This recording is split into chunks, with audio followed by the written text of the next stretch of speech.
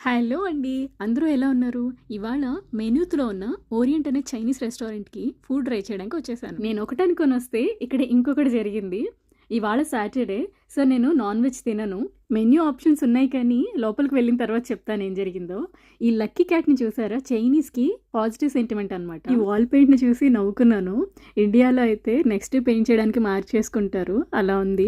ఉన్న ఆప్షన్స్‌లో tofu soup ఒకటి, సైడ్ డిష్‌లో కూడా తోఫు ఐటమే చెప్పాను గ్రేవీలా వస్తుందని. ఇక్కడ వాళ్ళు ఫుడ్‌తో కంపల్సరీ డ్రింక్ అనేది ఉండాలనమాట. సో, ప్రతి రెస్టారెంట్‌లో ఈ డ్రింక్స్ మెన్యూ పెడుతుంటారు. ఇది మనకి సంబంధించింది కాదులే అని పక్కన పెట్టేశాను. ఈలోపు సూప్ వచ్చేసింది. సైడ్ డిష్ చెప్పాను కదా, ఎంత కలర్ఫుల్‌గా ఉందో. తిన్నాక మన వల్ల అయ్యేలా లేదురా, ఇంటికి పోవాలనిపిస్తుంది. సూప్‌తో స్టార్ట్ చేసి అన్నీ తిందాం అనుకుని సూప్ ఒక్కటే తాగే స్టేజ్‌కి వచ్చాననమాట.